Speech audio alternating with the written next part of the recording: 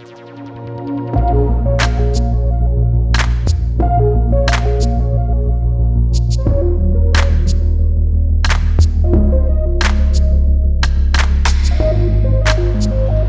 Hello welcome to ஜனாத விலாகர். எல்லோரும் எப்படி இருக்கீங்க? நல்லா இருக்கீங்கன்னு நினைக்கிறேன்.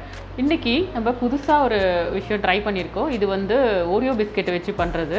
இது பர்த்டே, வெட்டிங் டே, நம்ம ஏதாவது ஸ்பெஷலாக யாராவது வரும்போது யூஸ்வலாக பண்ணுற ஸ்வீட்டை விட இது கொஞ்சம் டிஃப்ரெண்ட்டாக இருக்கும். இது வந்து ப்ரீமியம் குவாலிட்டியில் இருக்கிற ஒரு ஸ்வீட்டு. இது நம்ம செஞ்சோம்னா கட்டாயம் ஒன்றோடு நம்ம நிறுத்த மாட்டோம். இது நம்ம வந்து சாப்பிட்டுக்கிட்டே இருக்கணும்னு நினைப்போம். இது வந்து நான் கொஞ்சம் பெரிய சைஸில் பண்ணியிருக்கேன். இது வந்து ஒரு 100 கிராம் பிஸ்கெட்டில் பண்ணும்போது ஒரு 6 தான் வந்தது. நீங்கள் சின்ன சைஸில் பண்ணும்போது நிறைய குவான்டிட்டி வரும். இது குழந்தைங்களுக்கு ரொம்ப பிடிக்கும். இது ஆக்சுவலாக அது பண்ணும்போது அந்த ஓரியோ பிஸ்கெட்டோட ஒரு ஸ்மெல் வேறு இருக்கும். ஆக்சுவலாக அந்த ஸ்மெல்லு நமக்கே டெம்ப்ட் ஆகும். இது எப்படி செய்யலான்னு நம்ம பார்க்கலாம். ஓரியோ பிஸ்கெட் 100 கிராம்ஸ் எடுத்திருக்கேன். இது நம்ம வந்து உள்ளே ஒன்றும் க்ரீம் தனியாக எடுக்கலை, நம்ம எடுத்துக்கலாம் அது தனியாக. கோக்னட் வந்து ஒரு 3 டேபிள் ஸ்பூன் எடுத்திருக்கேன். சுகர் 50 கிராம்ஸ் எடுத்திருக்கேன். பட்டர் வந்து ஒரு 10 to 15, இப்போ நான் 10 கிராம்ஸ் எடுத்து வச்சுருக்கேன். 10 to 15 கிராம்ஸ் நமக்கு தேவைப்படும். அப்புறம் கேஷ்யூ நட் வந்து குட்டி குட்டியாக கட் பண்ணி வச்சுருக்கேன். நட்ஸு நம்மளோட ஆப்ஷன்ஸ் தான், எந்த நட்ஸ் வேணால் சேர்த்துக்கலாம். பாதாம், கிரேப். இது வந்து நம்ம குட்டி குட்டியாக கட் பண்ணுறது எதுனா ஷஃபிங்கில் நமக்கு வந்து கரெக்டாக பால் மாதிரி வர்றதுக்காக.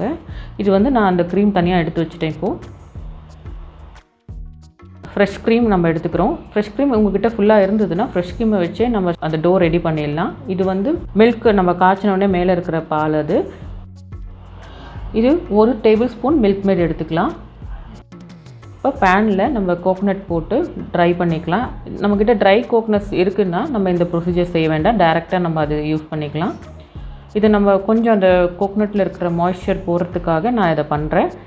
இது நமக்கு ஒரு 4-5 வாட்டி ஆகும்போதே நமக்கு தெரியும், அது கொஞ்சம் ட்ரையான மாதிரி ஒரு ஃபீல் வரும். நம்ம அதை எடுத்துடலாம். இது வந்து நம்ம ட்ரை கோகோனட்ஸ்க்கும் இந்த மாதிரி சின்னதாக கிரேட் பண்ணி எடுத்துக்கும் போது நமக்கு அது உள்ள ஸ்டஃபிங் பண்ணும்போது கரெக்டாக வரும். இப்போ இது ரெடி ஆகிடுச்சு, இதை எடுத்துடலாம். அடுத்தது நம்ம வந்து நட்ஸு சூடு பண்ணிக்கலாம். இப்போது பட்டர் ஆட் பண்ணிடலாம்.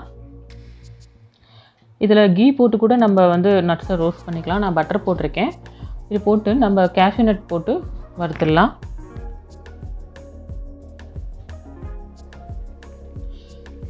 அடுத்து நம்ம பாதாம் ஆட் பண்ணிடலாம். போட்டு லைட்டாக ரோஸ்ட் ஆகட்டும். ரொம்ப டார்க்காலாம் ரோஸ்ட் ஆகிட வேண்டாம், ஒரு மைல்டாக ரோஸ்ட் ஆகிட்டும். இது ரோஸ்ட் பண்ணாமல் போட்டால் அதில் க்ரன்ச்சினஸ் இருக்காது, அதனால தான் நம்ம ரோஸ்ட் பண்ணி போடுறோம்.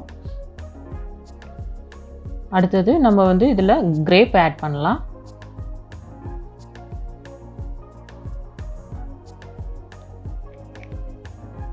நல்லா சின்ன சின்னதாக கட் பண்ணி வச்சுருக்க கிரேப்ஸை இதில் ஆட் பண்ணிக்கலாம்.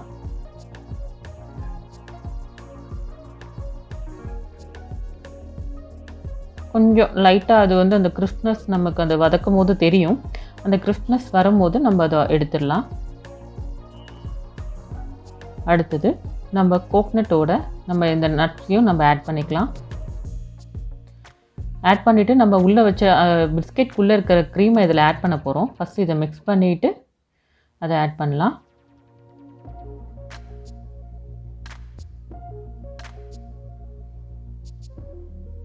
இது நல்லா ஆட் பண்ணிவிட்டு நமக்கு இது கையில் தான் மிக்ஸ் பண்ண வரும். ஏன்னா இது க்ரீமும் கோகோனட்டும் மிக்ஸ் ஆகும்போது நம்ம கையால் பண்ணால் தான் கரெக்டாக வரும். நம்ம அதை மிக்ஸ் பண்ணிக்கலாம். இதில் ஸ்வீட்னஸ் கொஞ்சம் கம்மியாக இருக்கும், ஏன்னா நம்ம கோகோனட் ஆட் பண்ணியிருக்கோம். அப்போது ஸ்வீட்னஸ் கம்மியாக இருக்கும். நம்ம இதில் தேவையான அளவு சுகர் பவுடர் நம்ம ஒரு 50 கிராம்ஸ் எடுத்து வச்சுருக்கோம். அதில் நம்ம ஃபஸ்ட்டு ஒரு 2 டேபிள் ஸ்பூன் ஆட் பண்ணிவிட்டு நம்ம டேஸ்ட் பண்ணி பார்ப்போம். நமக்கு அது ஓகேவாக இருந்ததுன்னா நம்ம அதோடய நிறுத்திக்கலாம். போட்டு நல்லா மிக்ஸ் பண்ணிவிட்டு நமக்கு அது அந்த ஒரு உள்ள ஸ்டஃபிங் வைக்கிறதுக்கான அந்த திக்னஸ் வந்தால் போதும். இதில் நம்ம வெண்ணிலா எசன்ஸ் ஆட் பண்ணணும். ஆக்சுவலாக எந்த எசன்ஸ் வேணால் ஆட் பண்ணலாம். நம்ம ரோஸ் எசன்ஸ், வெண்ணிலா எசன்ஸ் எது வேணால் ஆட் பண்ணலாம். நமக்கு என்ன ஃப்ளேவர் வேணுமோ. நான் இதில் வந்து வெண்ணிலா எசன்ஸ் ஆட் பண்ண போகிறேன். அது நான் ரொம்பலாம் ஆட் பண்ணல, மைல்டாக அந்த 2 ட்ராப் அவ்வளோதான் ஆட் பண்ணியிருக்கேன். அடுத்து பிஸ்கெட்டை நம்ம பவுடர் பண்ணிட்டு வந்துடலாம். இது பவுட்ரு பண்ணிவிட்டேன். இது சின்ன கட்டி கூட இல்லாமல் நம்ம அதை உடச்சி விட்டுடலாம். மேபி அது 1, 2 மிஸ் ஆகிருக்கும். அதையும் நம்ம உடச்சி விட்டுட்டு நம்ம வந்து ஃப்ரெஷ் க்ரீம் நம்மக்கிட்ட இருந்தது அப்படின்னா ஃப்ரெஷ் க்ரீமில் நம்ம சுகர் பவுடரை ஆட் பண்ணிவிட்டு நம்ம டேரெக்டாக அது மாத்திரம் ஆட் பண்ணலாம். இது 2வது ஆப்ஷன் வந்து நம்ம கொஞ்சம் ஃப்ரெஷ் க்ரீமும் மில்க் மேடும் ஆட் பண்ணிவிட்டு நல்லா நமக்கு மிக்ஸ் பண்ணிடலாம். இப்போ நான் வந்து ஃப்ரெஷ் க்ரீம் ஆட் பண்ணுறேன். என்கிட்ட கொஞ்சமாக தான் இருந்தது. நான் அதனால் ஆக்சுவலாக நம்ம நார்மல் கவு மில்க் தான் வாங்குகிறோம். அதுலேருந்து எடுத்த ஃப்ரெஷ் மில்க் இது, ஃப்ரெஷ் க்ரீம் இது. இது நான் வந்து என்கிட்ட இருந்தது வந்து ஒரு 3 டேபிள் ஸ்பூன் இல்லை 2 டேபிள் ஸ்பூன் தான் இருந்தது. அதை நான் போட்டு மிக்ஸ் பண்ணிட்டேன். ஆக்சுவலாக இதை நம்ம ஸ்டார்டிங்லேயே வந்து நம்ம எதுவும் ஆட் பண்ணிடக்கூடாது. மிக்ஸ் பண்ண தான் நமக்கு கரெக்டாக தெரியும். இப்போ நான் வந்து 1 டேபிள் ஸ்பூன் வந்து நான் இதில் கண்டென்ஸ் மில்க் ஆட் பண்ணிக்கிறேன். நம்மக்கிட்ட நல்லா திக் ஃப்ரெஷ் க்ரீம் இருந்தது அப்படின்னா அது கூட சுகரை ஆட் பண்ணிவிட்டு இதை நம்ம டேரெக்டாக இதில் நம்ம இது பண்ணிவிட்டு லாஸ்ட்டில் வந்து எல்லாம் சேர்ந்து வர்றதுக்கு பட்டர் மட்டும் ஆட் பண்ணிக்கலாம். இப்போது நம்ம இந்த இதை ஆட் பண்ணிவிட்டு மில்க் மேடை ஆட் பண்ணிவிட்டு நல்லா மிக்ஸ் பண்ணிக்கலாம். இது எல்லாம் ஒன்று சேர்ந்து வரணும்.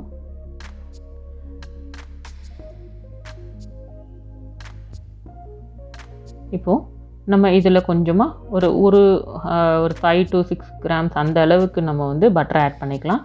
ரொம்ப வேண்டாம். எதுக்கு இந்த பட்டர் போடுறோன்னா அதுக்கு அந்த அந்த ஸ்டஃபிங் வந்து மேலே இருக்க டோ வந்து கொஞ்சம் ஷைனிங் கொடுக்கும். அதுக்காகவும் பைண்டிங்காகவும் நம்ம ஆட் பண்ணுறோம்.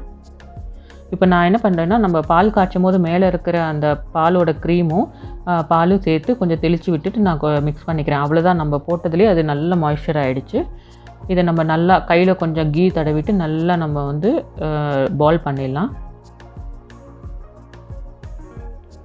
இது கையில் கொஞ்சம் நம்ம கீ தடவைனா நல்லா ஒட்டும். அதனால் நம்ம கீ தடவிட்டு நம்ம அது மிக்ஸ் பண்ணி வச்சிடலாம். அடுத்தது என்கிட்ட நான் கொழுக்கட்டையோட அச்சு இருக்குது, அதனால் நான் இதில் பண்ணுறேன். இந்த ஷேப்பில் தான் பண்ணணுன்னு கிடையாது. நம்மக்கிட்ட என்ன மோல்டு இருக்கோ அந்த மாதிரி பண்ணலாம். இல்லைனா நம்ம கையாலேயே நம்ம பால் மாதிரி பண்ணிவிட்டு நடுவில் இது மாதிரி பண்ணிவிட்டு பால் மாதிரி பண்ணிடலாம். அது நம்ம இஷ்டம்தான், நம்ம என்ன வேணால் பண்ணலாம். இதில் நான் என் கையில் இருக்கிற கீ மட்டுமே நான் வந்து அது மேலே தடவிடுறேன். ஆக்சுவலாக இது வந்து கீ வந்து ரொம்ப எடுத்துக்காது, பட்டர் ரொம்ப எடுத்துக்காது. அது உடனே நம்ம எல்லாம் சேர்ந்து வரும்போது அது வெளியில் வந்துடும் நமக்கு.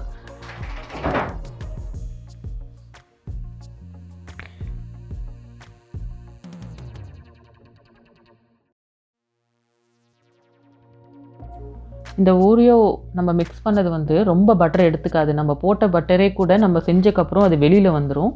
அதனால் நம்ம ரொம்பலாம் போட்டுறக்கூடாது. நம்ம அதே மாதிரி அந்த திக்னஸையும் நம்ம பால் ஜாஸ்தியை ஊற்றி லூஸ் ஆக்கிட்டோம்னா நம்ம திருப்பியும் இன்னொரு பிஸ்கெட் பேக்கெட்டை ஓப்பன் பண்ணி நம்ம பவுடர் பண்ணி ஆட் பண்ணால் தான் அது கரெக்டாக இருக்கும். ஸோ அது மட்டும் நம்ம கொஞ்சம் கேர்ஃபுல்லாக பார்த்து தெளித்து மிக்ஸ் பண்ணோம்னா கரெக்டாக இருக்கும். இப்போ நல்லா அந்த ஷேப்பு வரா மாதிரி நான் பண்ணிட்டேன்.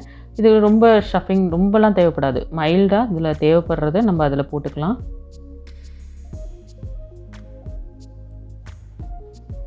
போட்டுட்டு நம்ம மேலேயும் அந்த ஓரியோவோட இது ஸ்டஃபிங் எடுத்து மேலே வச்சிடலாம்.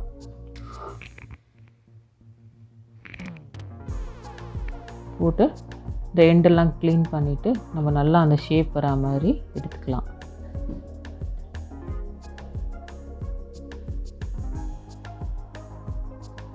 இது செஞ்சுட்டு நம்ம ஃப்ரிட்ஜில் வந்து ஒரு 20 minutes வச்சிட்டோம்னா அந்த நல்லா செட் ஆகிடும். நமக்கு எடுக்கும் போது உடையாமல் வரும். இப்போ எப்படி இருக்கும் அப்படின்னா நம்ம சப்பாத்தி மாவு மாதிரி கொஞ்சம் லூஸாக தான் இருக்கும். நம்ம இதையெல்லாம் செஞ்சுட்டு ஒரு 15 to 20 minutes நம்ம ஃப்ரிட்ஜில் வச்சோன்னா ஓரளவுக்கு செட்டில் ஆகிடும். அதுக்கப்புறம் நம்ம நைட்டு ஃபுல்லாக வச்சோம் அப்படின்னா காலையில் எடுக்கும்போது நல்லா டைட்டாக ஷேப்பாக இருக்கும். ஆனால் திருப்பியும் இது நம்ம சாக்லேட் மாதிரி தான், ஃப்ரிட்ஜிலேருந்து எடுத்தக்கப்புறம் திருப்பி உருக ஆரம்பிக்கும். நம்ம பட்டரெல்லாம் தனியாக ரிலீஸ் ஆகிடும். இது